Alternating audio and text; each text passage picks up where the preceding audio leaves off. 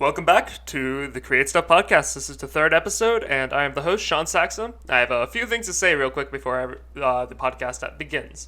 If you want to skip this little intro, feel free to go to the description and click that timestamp, though this will be very brief. This podcast, every time I record it, is streamed live at twitch.tv/Shaun Saxum. If you want to come there and catch it live and ask some questions yourself in the chat, then, well, give me a follow and maybe join my Discord server linked in the description so you know when I'm going live. I also announce when I'm streaming a new interview on my Twitter, so if you follow there, you'll always get updates as to when the next one is going to go live and when you can come and see it yourself. If you do want to support this podcast, there is a link in the description to my Patreon. There is no pressure for you to do that, but if you do want to help me, even just $1 a month is seriously extremely helpful. However, there is no pressure for you to do this, of course. I appreciate you being here at all. Just your viewership is more than I could ever ask for.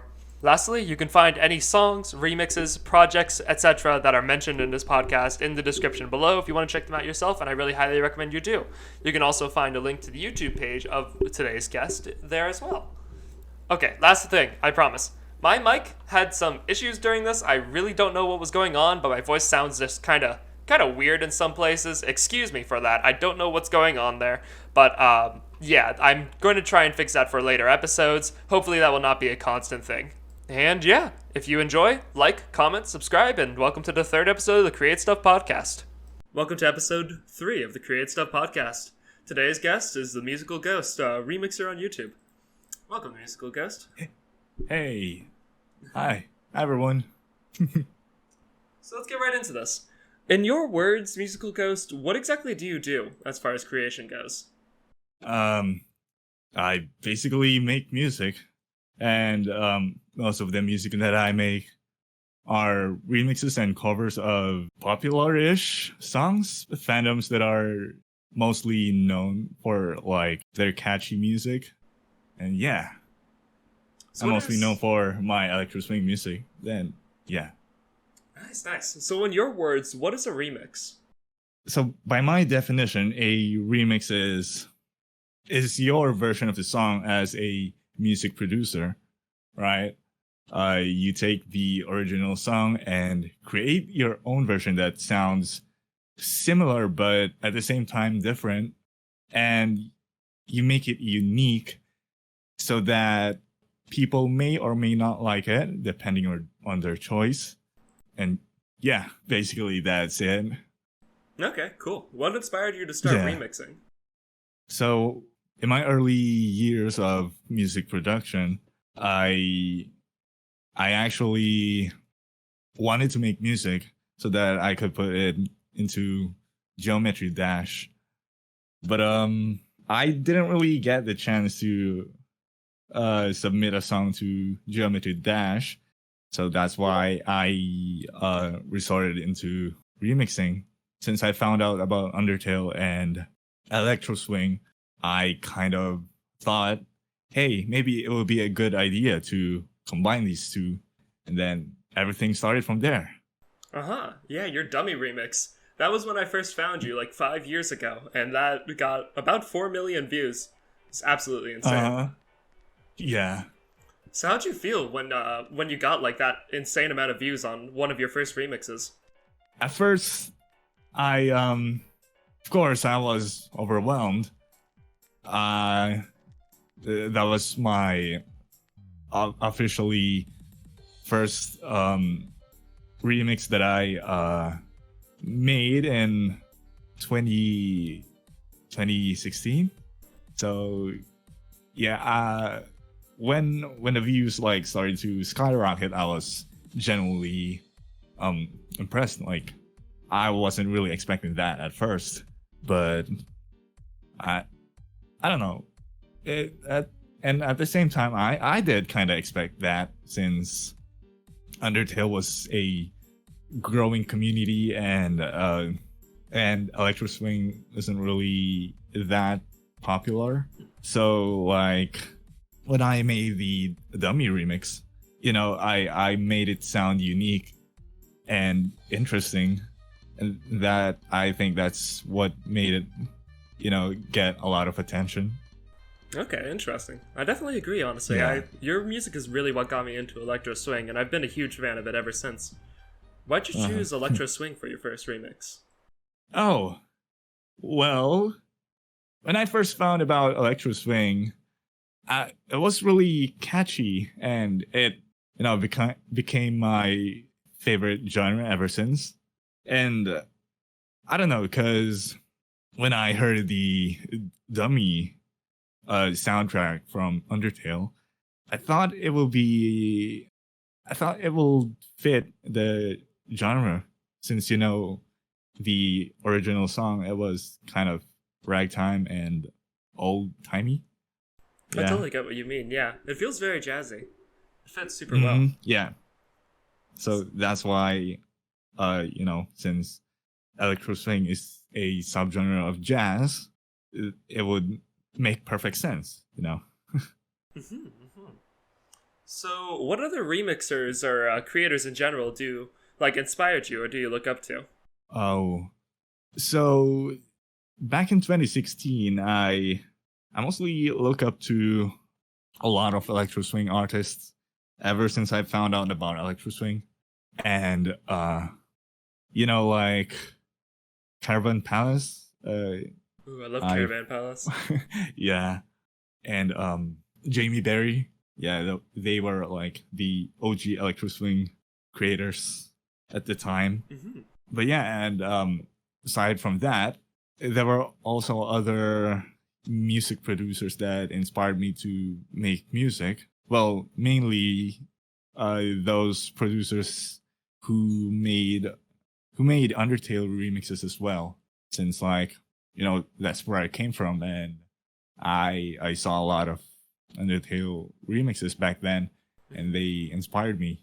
So I don't know if you guys know these persons, but Camex, Shara X, and Retrospector, they were the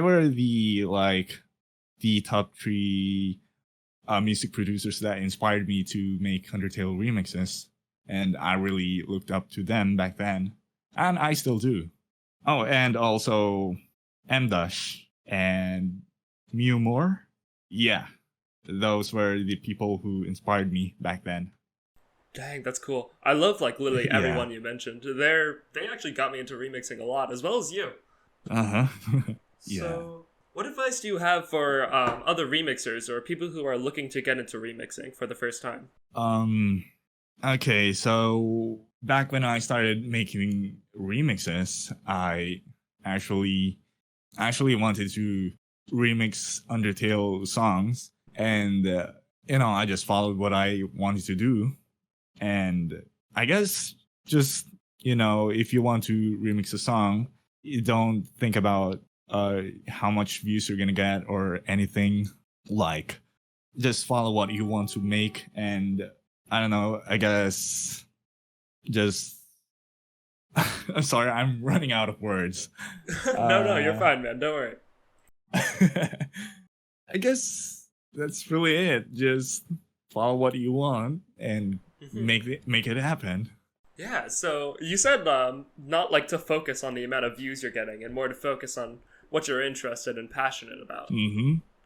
So, you Mm-hmm. yourself, when you started out, you were doing Undertale remixes, and, well, obviously, as we could see from the results of your channel, that really appealed to the algorithm. Do you ever feel, Yeah. pressured to make songs that appeal to the algorithm rather than songs from games you like? Okay. So yeah, after the Undertale fandom kind of slowed down, and I started running out of Undertale songs to remix. I eventually hopped onto other fandoms that I wanted to make a remix on, and and when I made those remix, I didn't really care about. I didn't think about the algorithm. I didn't think about if this remix is gonna make a hit or not.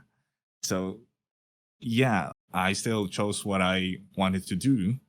And you were still super successful. I think that's honestly really inspiring to a lot of people. I know YouTube can especially make people feel like they need to appeal to what is popular and what's trending, but it's honestly nice to know that you Yeah, can be successful doing what you really care about.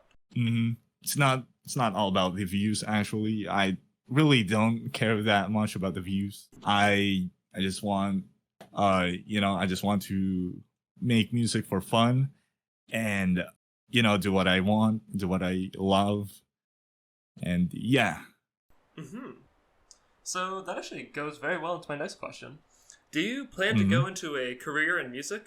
I actually thought about this, before that I want to be a professional music producer, but given the given the state of music production, especially in my country, I don't think they're much represented, or I don't know. Maybe some part of me thinks that I won't be successful if I chose a career in music, rather than uh actual jobs. But Right, I right. guess for me right now, is that I just want to make music during my spare time, since I have college and stuff, Right, right. and yeah.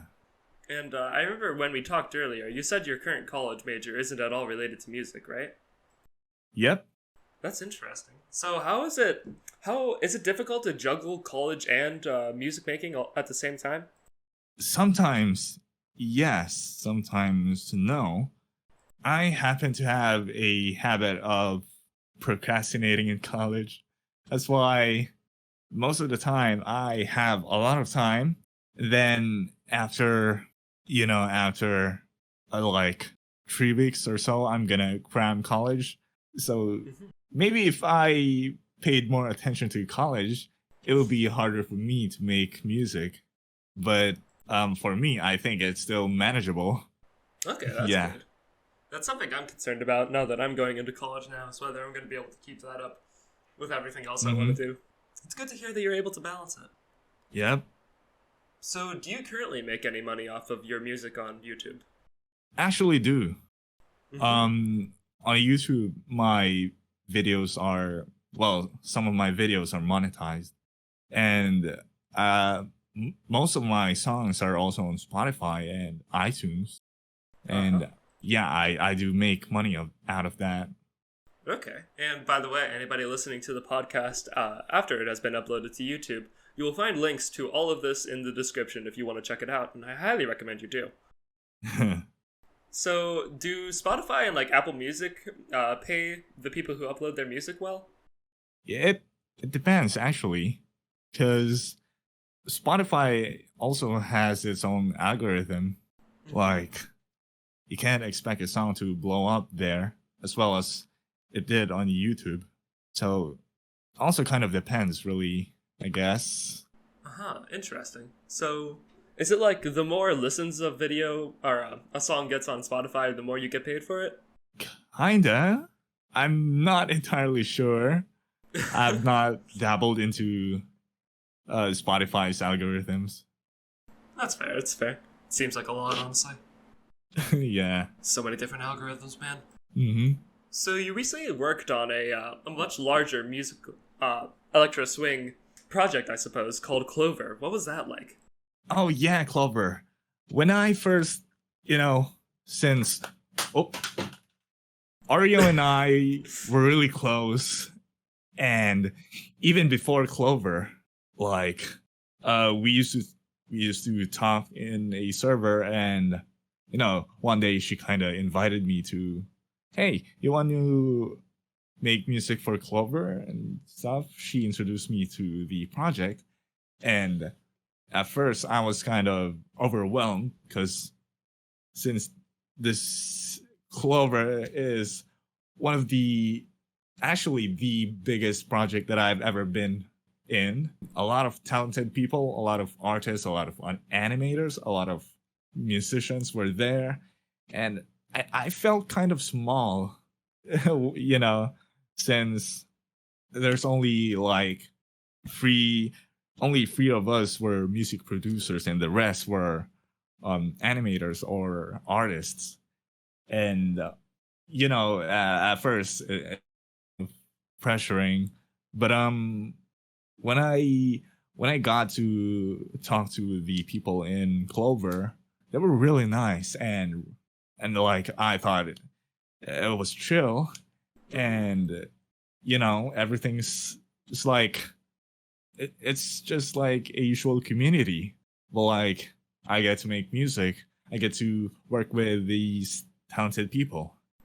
Sounds like an So awesome experience. yeah. Mm-hmm. That's really cool, dude. So you said there were only 3 music producers on the team? I don't remember actually. uh there's Genuine, there's Yon Kagor, and there's me. Mainly we were the instrumentalists, but also Aryo also helps with the music and composition. But mostly it's Genuine and Oreo since they started the whole Clover thing. And I was like at the background, just casually observing and listening from the sidelines. Okay. Still sounds Yeah. fun. Have you ever worked in any other projects like that? No, but I did work on a credit theme song for a animated series. It's also led by wait, actually Aryo invited me to this project, but it wasn't her project. It's made by Jello Apocalypse. Oh, Jello Apocalypse. And yeah, the animated series is called Epithet Erased, and Aryo and I we made the credit song. It's called Great at Crime. If you guys know that, and yeah, I think that's also another project that I worked on, but I don't think it's kind of a big project. It's more like a collab. Mm-hmm. That's really cool, dude. I've actually watched a little bit of Epithet Erased. When you said Jello Apocalypse, that's Yeah. pretty dang cool, I have to say.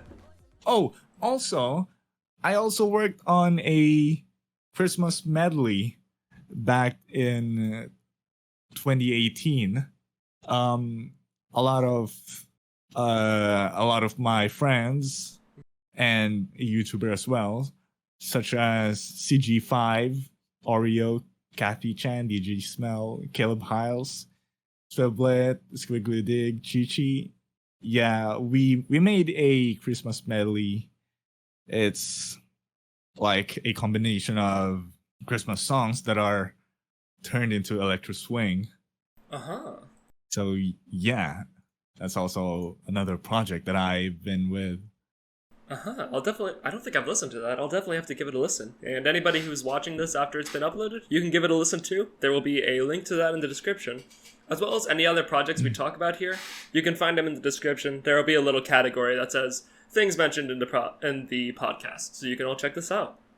All right.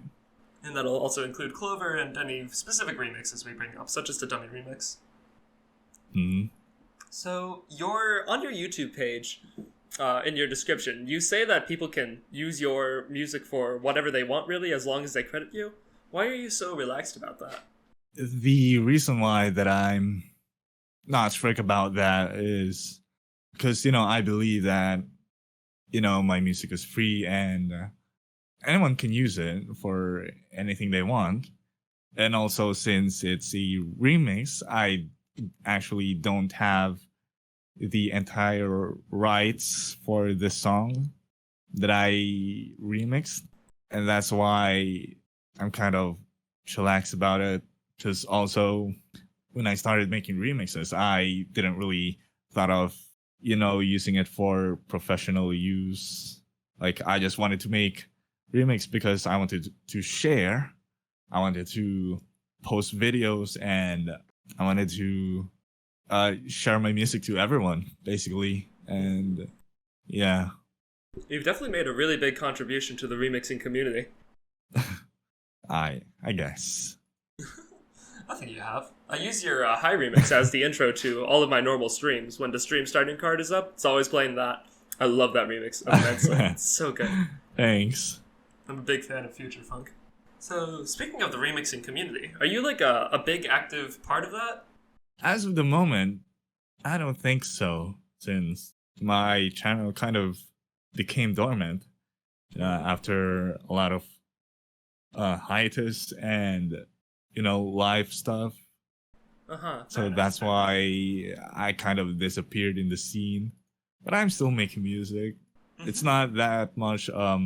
It doesn't get that much recognition than the way it used to be before I started. After I started making Undertale remix, it kind of went down. The activity. Yeah. Yeah, the hype around Undertale really generated a lot of viewer support for a ton of different people that were jumping on the wagon. Stuff is still super good though, and I have to say, I honestly think, I'm not sure what you define as like a lot of viewership, but I would still say your remixes are doing very well, and they're all still super good. Thanks. I've noticed you've been getting into a lot of different different kind of, how do I say this? Different genres that are like a lot less mainstream than most music genres you'd hear on like the radio or something like that. Like electro swing, obviously, hard bass, future funk, stuff like that. What makes you choose these genres over more basic ones like rock or jazz? That's a good question. Since, back then, before I started making remixes, I wanted my songs to be in a rhythm game. And, when I say rhythm game, I'm not only talking about Geometry Dash, not only Osu, but the actual rhythm games you find in arcades like Dance Dance Revolution, Sound Voltex, My. I don't know if you guys know that, but for those rhythm games, they have this selection of songs that are entirely different than what you hear from the normal pop music. This is where interesting songs come in, the interesting genres such as artcore, future bass, electro house, hard renaissance, hardcore, and many more. Not a lot of people know about these, and when I made a remix that isn't the usual genre, I wanted to, everyone to know that these genres exist and how wonderful they are. So that's why I'm also making remixes that aren't only electro swing or house music. That's really cool, dude. I honestly love being exposed to all these different genres. Like, hard bass is so good, and I never would have heard of it if I didn't see remixers like you making music in it. Yep. So what inspired your avatar of the musical ghost? Okay. So for my avatar, at first, when I made this account back in 2016, I originally had a profile picture of a cartoon ghost, just a regular ghost. It's probably a stock image on Google or something.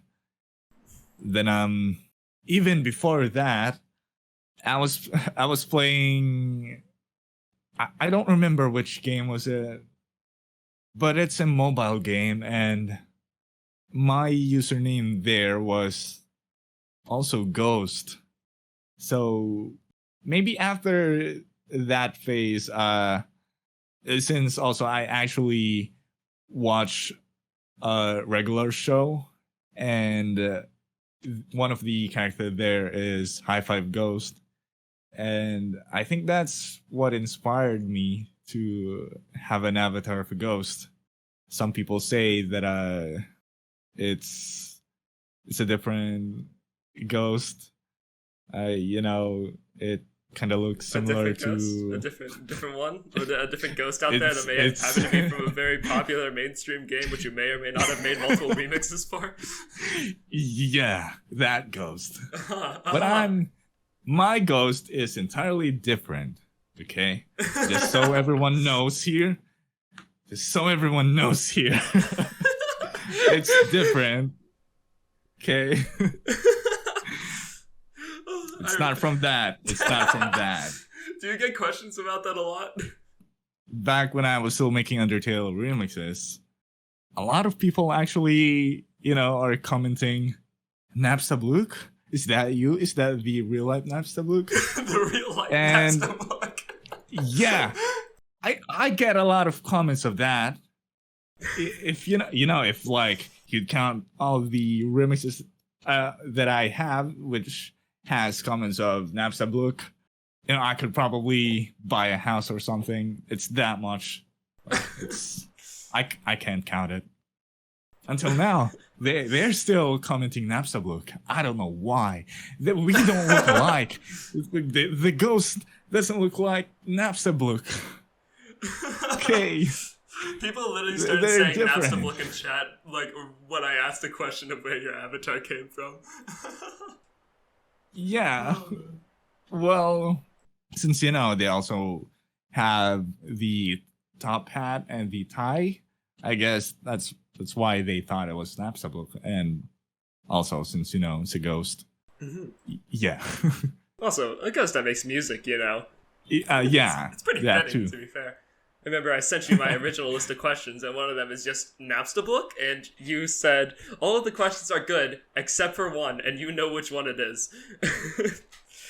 And I said yes, and I'm not removing it. Of course. So you also said on your channel, on your community page, no, it was on your Twitter, that you were planning to one day make an album about the musical ghost and its origin. Uh-huh. I did. Since I actually made a entire lore for the musical ghost. Yeah, I wrote a story about the history and why did he become a ghost. Mm-hmm. Yeah, stuff like that. And I plan to, turn that story into songs, like probably 10 songs or something. But like each song, it's going to kind of set the mood or the vibe for that story, if that makes sense. So like you're just gonna hear the music and think that this is the story. So kind of like a storybook, but instead of words, it's music. I think that's how you said it on your tweet too. Yeah. That's exciting. I'm really excited to hear that. Do you plan to like have any lyrics in it? No, I don't. It's all going to be instrumental, so that since everyone has a different perception of music, it's up to them to visualize it themselves, like along with the music. So like if the music is intense, they know that this is the climax of the story, like that. That's interesting. Mm-hmm. I'm super excited to hear how you do that, man. That is like such an awesome idea.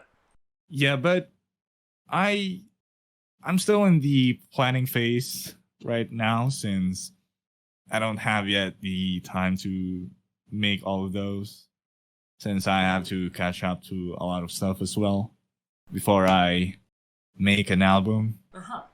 Mm-hmm. Are you planning on maybe like getting some animations done with those, kind of like the Clover project?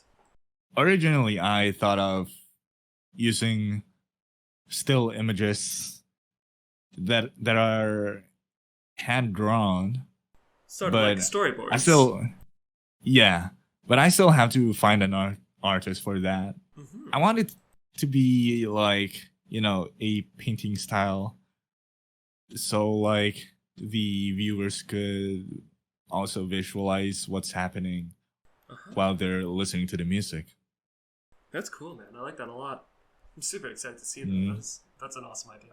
So, what programs do you use for remixing? I'm currently using FL Studio version 20.7. That's what I'm using right now. Is that the one that you always use? That's what I've been using my whole life. Ah, okay, yep, nice. That's it. Dang, all right. Mhm. Are there any big misconceptions about remixing that you see online? There are a lot, but the most common one that I always see is that people think that when you make a remix, you know, everyone's perception of a remix is different. Some people want it to sound like the original. Some people want it to sound different than the original.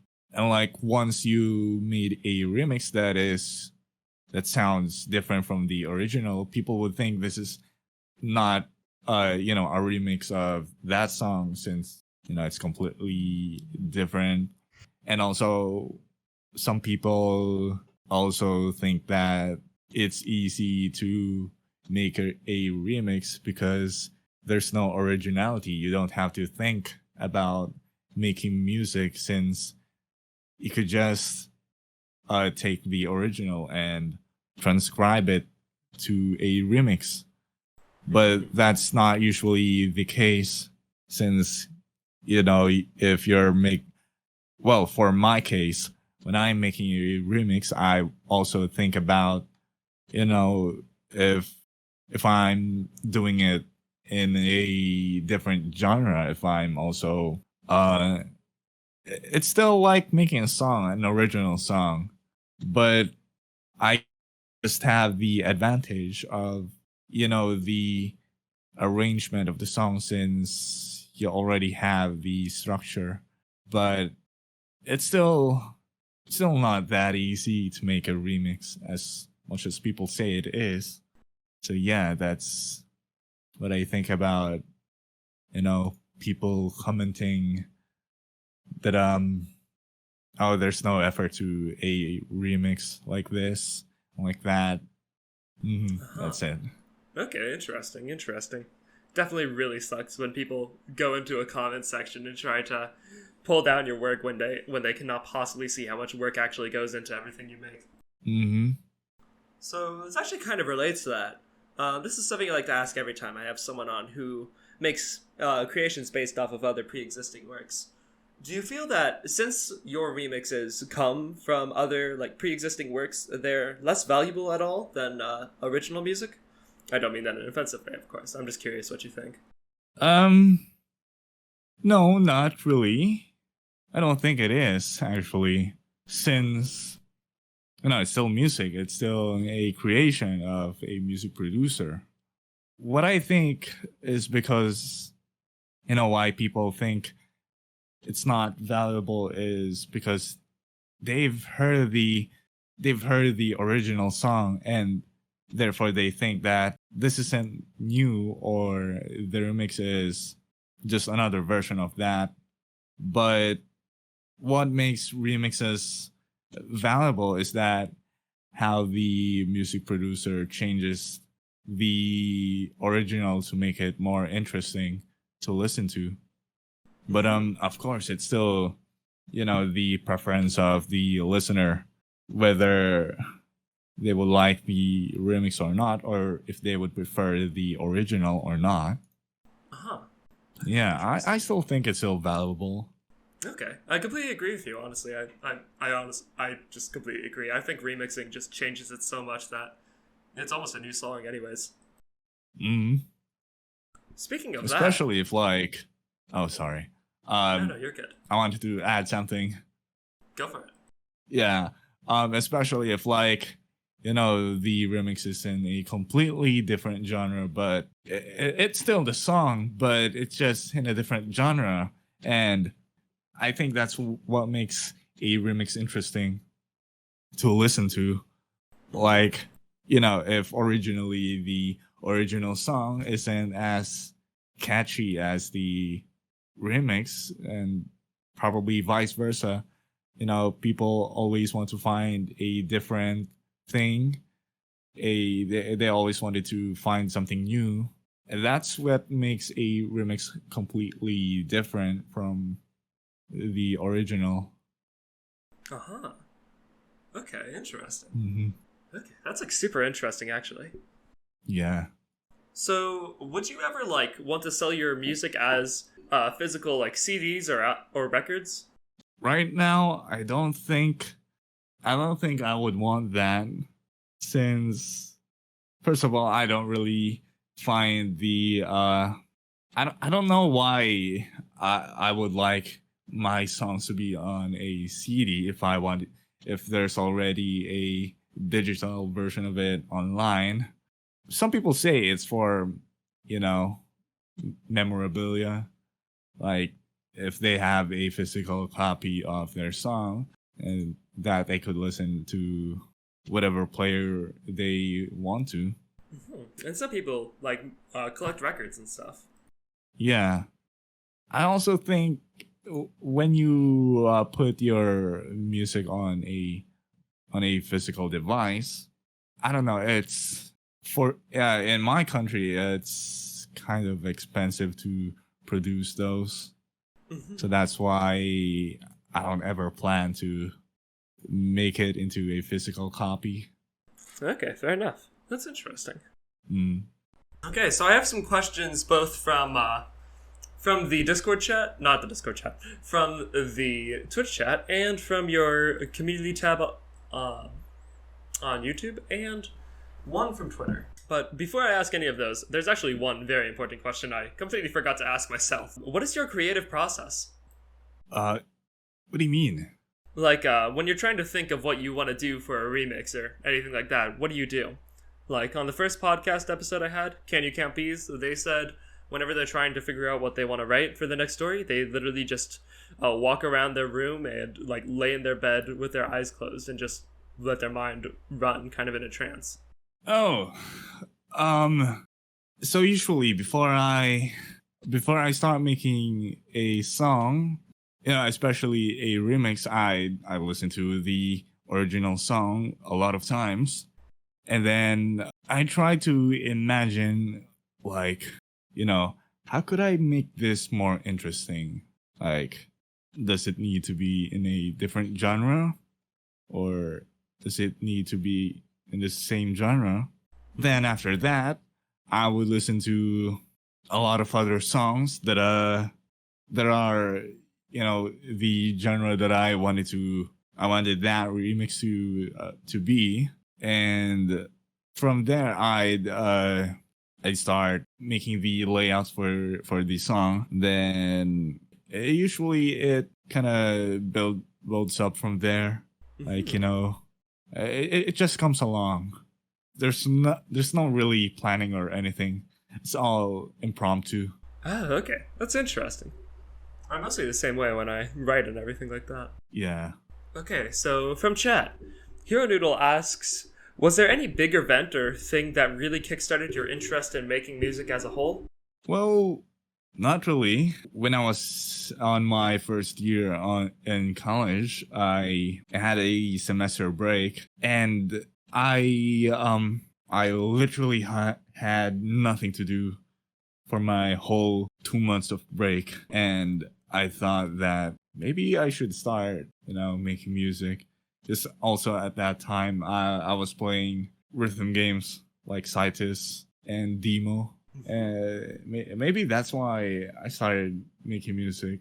Since I also want to make those kind of music that I hear. Okay, interesting. Yeah. 5V1N asks, what is your favorite musical scale? This is the... okay, so just so everyone knows here, I don't have any background at music. I don't know music theory. I only know a bunch of chords, but I'm not really in depth in terms of music stuff. It's kind of good to know that you don't have to know that stuff to make good music, though. Yeah, maybe I don't really have a favorite music scale, I guess. That's fair. Like, if it sounds good, it sounds good. Fair enough. Flaming Raven 35 asks, if you had to pick a favorite remix and a Clover project, which one would you choose? This may sound a bit narcissistic for me, but my favorite one there was the still dancing.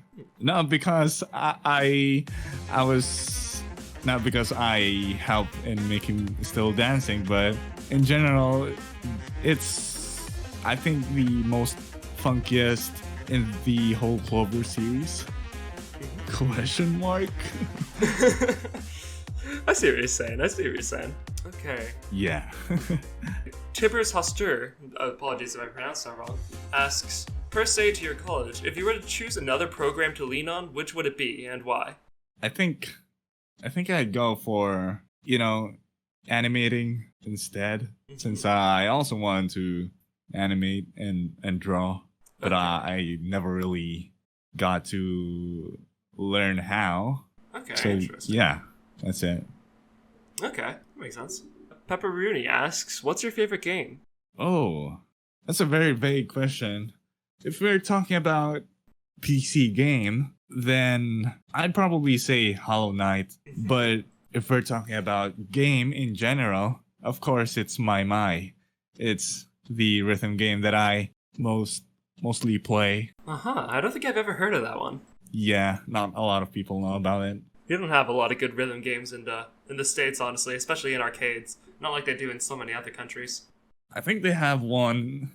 I made a research about that, since I wanted to come to the States and wondered if there's any rhythm games there. But yeah, there's especially in Asia, there's a lot of rhythm games here. That's really cool. Wish we had that much diversity in the US. I love rhythm games, but there's so few to choose from. Yeah. Okay, so Tippers Hostur asks, would you want to make a remix from a genre that's totally out of your experience, like something from synthwave or chill hop? Yeah, of course. I'm always open to learning how to create songs of other genres. Since I'm still trying to find, what suits me best. Well, I know electro swing is my forte, but I could also be flexible in terms of genres. Like, I don't want only electro swing to, be known for. I also want to I also want to show that it's not the only thing that I can do. Okay. Interesting. One thing I forgot to ask right after you said it, but you said your favorite game is Hollow Knight. Have you ever actually made a remix from Hollow Knight? Actually, no. I said I would, but I kind of forgot. And also, the songs there, it's kind of hard to make a remix out of it, since it's all orchestra. And as a guy who uses free stuff in my software that I use, it's hard to make an orchestra using the free stuff that I have. You can't really make a good orchestra without the paid programs and the things that I don't have. But it's still possible if you spend a lot of time on it. But yeah, definitely I will make a remix once Silk Song is out, which is the sequel for Hollow Knight. Right. I'm so excited for that. I love Hollow Knight too. It's definitely one of my favorites. Okay. Yeah, I agree with you on Hollow Knight, honestly. Like, the music is a lot more ambient and atmospheric. Mm-hmm. Okay. Hero Noodle asks, if you were given the opportunity to perform your remixes or original music live, would you? No. It's a short answer. No. Okay, fair enough. Long answer is, although I can play the piano, or as I've seen it in live performances, the launchpad and the DJ thing, I don't know what's it called. I could learn that, but I don't know. I don't have those supplies, so I wouldn't know how. But if you did have the supplies, would you be interested in doing it? Still no. I'm not fond of performing live in a public audience, since I mostly get nervous and tend to make mistakes. That's fair. It's fair. Can't blame you. I'd be the same way. Yeah. Okay. Last question I'll ask from the Twitch chat. Tippers Hostur says, Discord partner again when? I don't know. I don't know actually. It isn't in my list of things for now, I guess. So I don't know. Okay, interesting. Then I'm going to take the one question from Twitter that I have. B asks, "What's your favorite thing to do when you're creating remixes, like in the terms of productions? In terms of the production, what is your favorite part of it?" Words are difficult. Oh, my favorite part of music making is probably, realizing that the songs coming up together, like, it starts being whole, like you put pieces together. And when you get to hear that, like, it inspires me to, finish the song even more. So, yeah, I think it's the whole build up. Okay, interesting. Then I'm going to take some questions from your community tab. So 3JAD21 asks, "Are there any particular musicians who have influenced your music or the way you make music?" I mentioned earlier that I had a lot of inspiration for when I started making remixes, but I don't really have a singular person that my whole inspiration for it. Like, Okay. it's usually when I make music, I usually get inspirations from a lot of artists, a lot of unknown artists. So, yeah. Okay, interesting. So I'm not sure if I'm going to pronounce this right, but Flormp asks, "Are the genres of music you listen to the same genres you make music in?" Yes, since I mentioned earlier that when I make remixes, I tend to incorporate this remix into this genre, and usually when I make remixes of this genre, I would listen to this. I would listen to songs of this genre, and yeah, that's where I get my inspirations from. Okay. To make remixes. Yeah. Okay, interesting. All right. Then, last question I'm going to ask. This is something that a friend of mine personally came up to me and asked me to tell you. Can You Can't Be's the person I had on the first episode. They wanted me to ask you, what is your favorite color of construction paper? Oh. Oh, interesting. That's a question that always gets them thinking. Since my favorite color is red, now I'm gonna go with red. Okay, interesting choice. All right. Mm-hmm. I did say that was my last question, but I lied. Last actual question. Do you have any last things to say to people in chat who might be looking to get into remixing themselves? I know I kind of asked that earlier, but just to close things off. Okay, so, when you start making remixes, don't really think about if this remix will be successful or not. Just do what you want and always follow what you love doing. I think that is the most important foundation in making a remix, is that you wanted to make this from the start. And so by projecting that, you'd find yourself that you'd like your own creations. And, since I listen to my remixes most of the time after I make them, and I think that, I really did a good job on this one. This remix doesn't seem forced, or that this remix doesn't seem too rushed, in a way that I took my own time in doing what I want. So I think that's really it when you're gonna make a remix. Okay, fair enough. Interesting. All right, good advice. Okay, well, do you have any last closing words, Ghost?